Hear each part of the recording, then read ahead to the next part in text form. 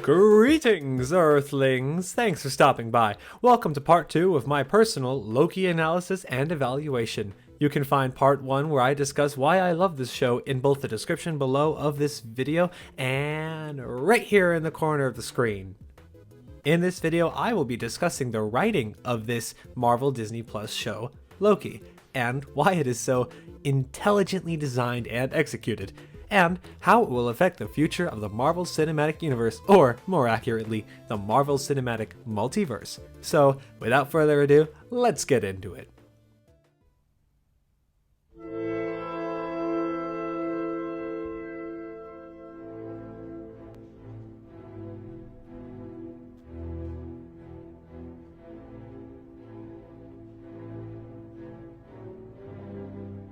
Now, let's quickly step out of Loki's itself, right?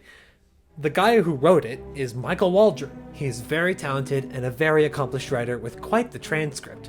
He worked with Dan Hammond as a co-writer for Rick and Morty, a show you might know.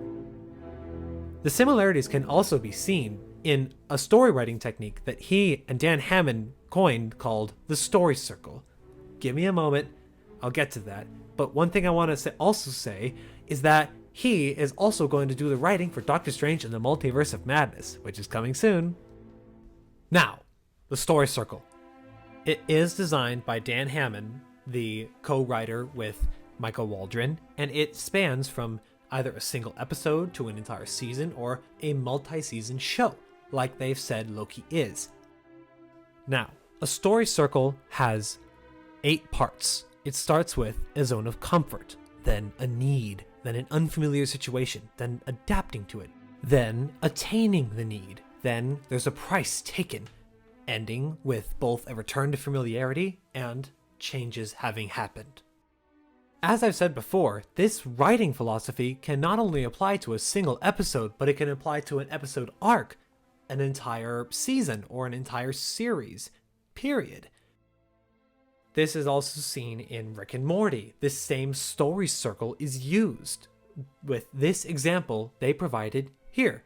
And now, you could pause if you want, but I'm going to use the first episode of Loki as an example. Well, you start with the zone of comfort with Loki in New York, right? He's the god of mischief. He is burdened with glorious purpose.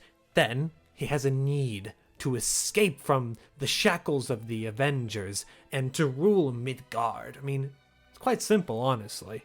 Then he's put in an unfamiliar situation when he escapes with the Tesseract and the TVA abducts him. This TVA puts him through rigorous processing, very unfamiliar. Then he sees Mobius, and Mobius is interrogating him, trying him to adapt to a new situation, and he's fighting it. Then we have a big awakening, developing moment for Loki when he discovers that he is not the biggest thing in the universe, and he recognizes the TVA for its power. Then he attains his need. He gets his Tesseract back, and he feels like he's found his glorious purpose, but there's a price to be paid, and it's that he can't return to his reality. He is now a variant with a job to do. He's now had the luxury, a new need, that he is working with the TVA, and he's now in a sense of new familiarity, as we see in the beginning of the second episode. He's talking with Mobius. They are thinking, they're theorizing, and they're both open to change. Then, of course, there's the last part. He's changed. He is more confident with himself. He knows that he doesn't want to hurt people. He knows that he is the god of mischief, not god of causing pain.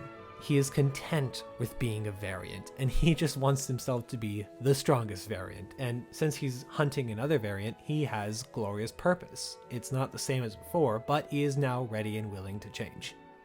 That is a story circle used in the first episode. Honestly, quite a cool writing technique, and one that I'm definitely going to pull from in some of my future videos. I'm quite interested. Another interesting facet is how the plot was written and how it's ingenious by the development I mentioned in the past, done through talking and conversation. Every episode, as I said, leaves with a question. For example, in the first episode, we have, who is this mystery variant? What is the TVA? We have so many questions.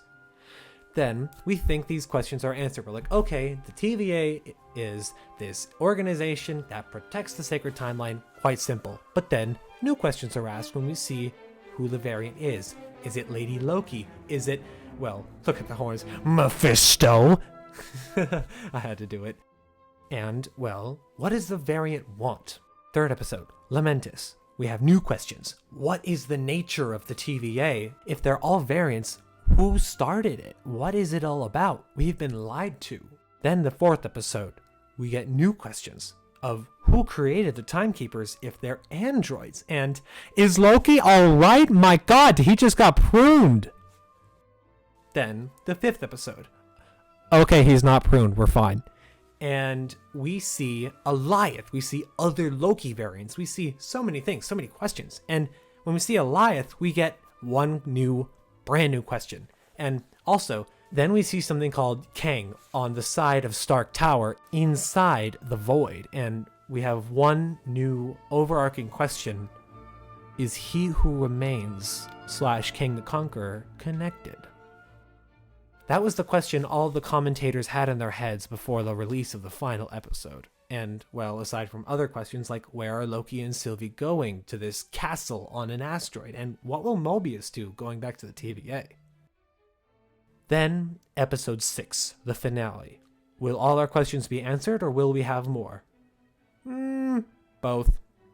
We have new questions. There's a multiverse now? Well, first of all, we knew that. And with titles of Multiverse of Madness and No Way Home and, all the releases of the Scarlet Witch and all that, it's kind of inevitable. We knew. Honestly, there's a little critique of Disney. I love you, Disney. Don't attack me. You probably should have waited till after Loki to say that there's a Multiverse of Madness. I mean, you could have timed that differently, but honestly, your plan, not mine. Next question. How's Loki? I mean, he was kicked back into a new TVA, and was it overthrown? No one recognizes him. And the last question... Kang the Conqueror? He's back? I mean, yeah, pretty simple. Loki kills He Who Remains, and he says, see you soon. And, well, that's pretty bad. And in Quantumania, we know Kang the Conqueror is the villain, so... we have a new big bad. This is pretty crazy. I mean, what a setup. Now, that's setup. Let's get into that.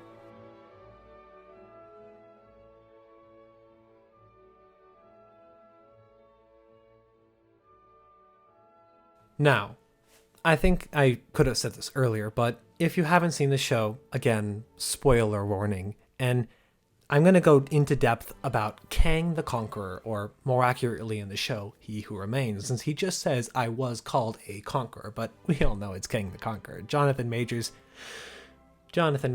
has been announced to be playing Kang the Conqueror in future projects, and he did say, see you soon, so we are going to see more of him.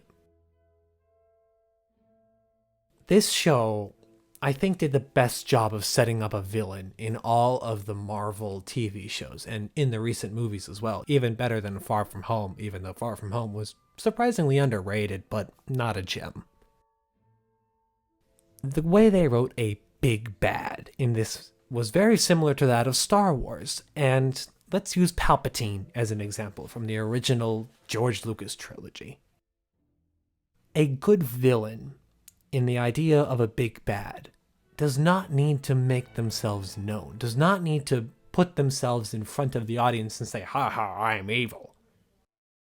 What made Palpatine such a good villain was that we know everything he was connected to. What made us fear him when he first spun around in that chair, or when we first see his hologram in Empire Strikes Back. Everything evil the Empire did was in the name of the Emperor. That's why we were so scared of him. That's why this old man, seemingly helpless, was so menacing. That's what makes villains like Kang the Conqueror and Emperor Palpatine so scary, because we know everything evil that has been done around them is their fault.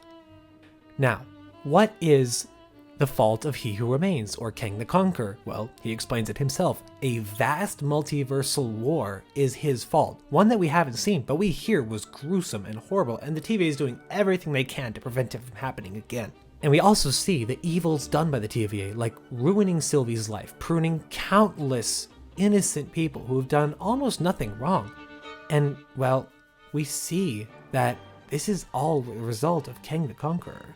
He explains it away as this will prevent a future that Kang comes to life and leaves He Who Remains at the end of time. It's inevitable, it's the only option.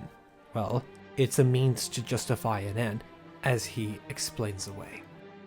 Honestly, I can't think of a better way to set up a villain than to let you know of how evil they are without telling you what they have done exactly. It's illusion, it's a writing technique. Illusion is spelled with an A, by the way.